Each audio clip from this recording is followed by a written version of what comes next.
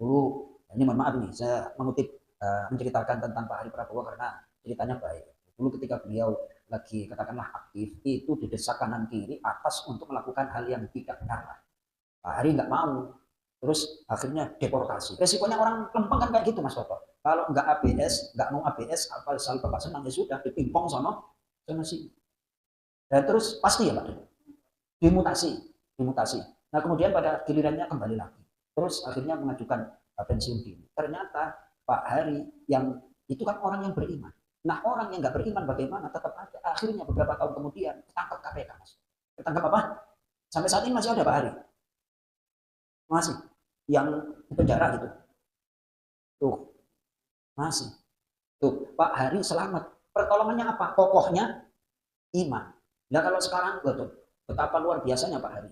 5 waktu sholat di udah berapa tahun? Ayo, dikali 27, dikali 20. Ayo, ya kan? Jadi pertolongan Allah itu ada yang nampak, ada yang tidak nampak. Tidak nampak itu adalah kokohnya iman. Akhirnya selamat. Orang yang nggak beriman nerobos aturan Allah ya sudah pakai rompi or aduh ya Allah ya Karim. Ya memang lawannya seperti itu Mas Toto. Alhamdulillah. Ya Allah itu saya ingat.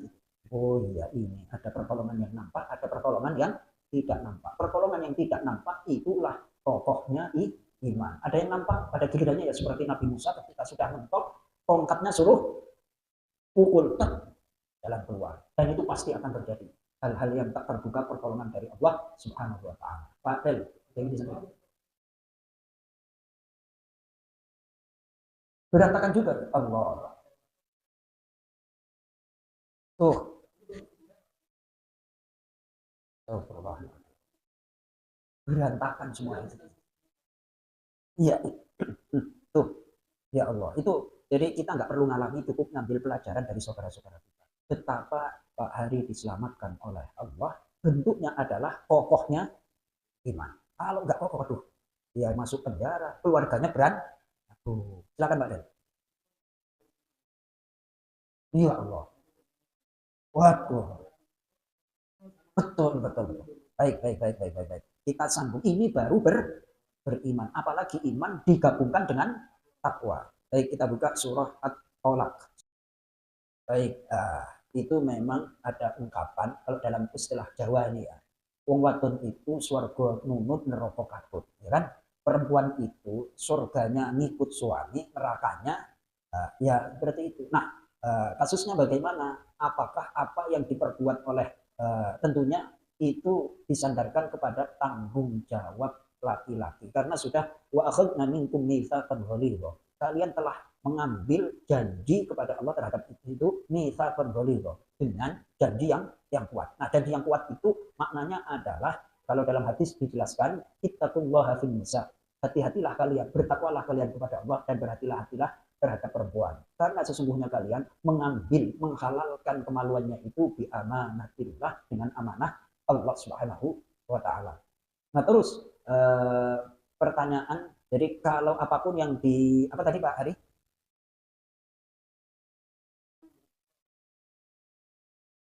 Hmm, baik.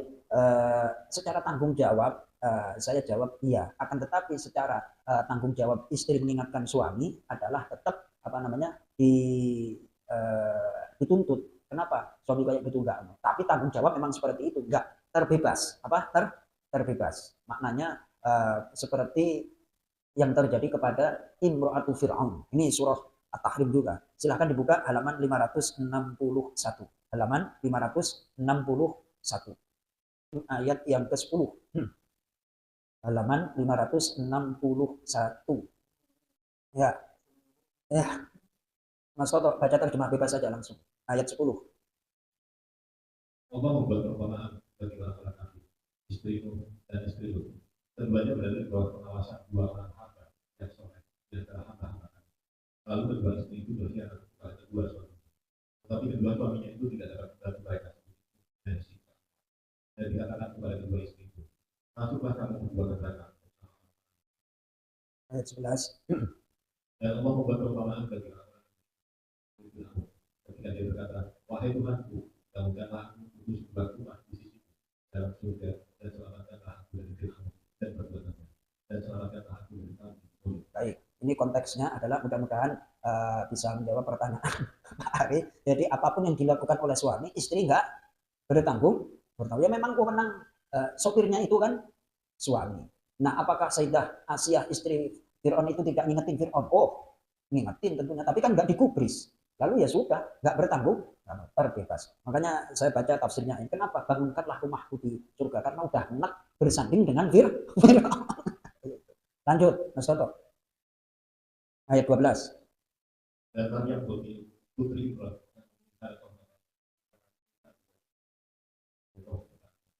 dan dia membenarkan kalimat-kalimat Tuhannya,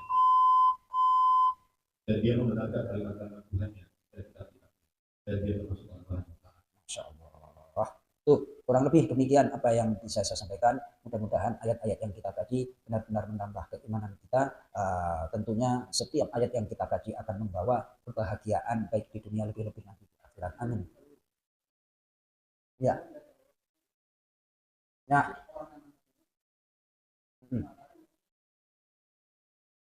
Padahal kalau mau mengkaji ini, betul. Betul.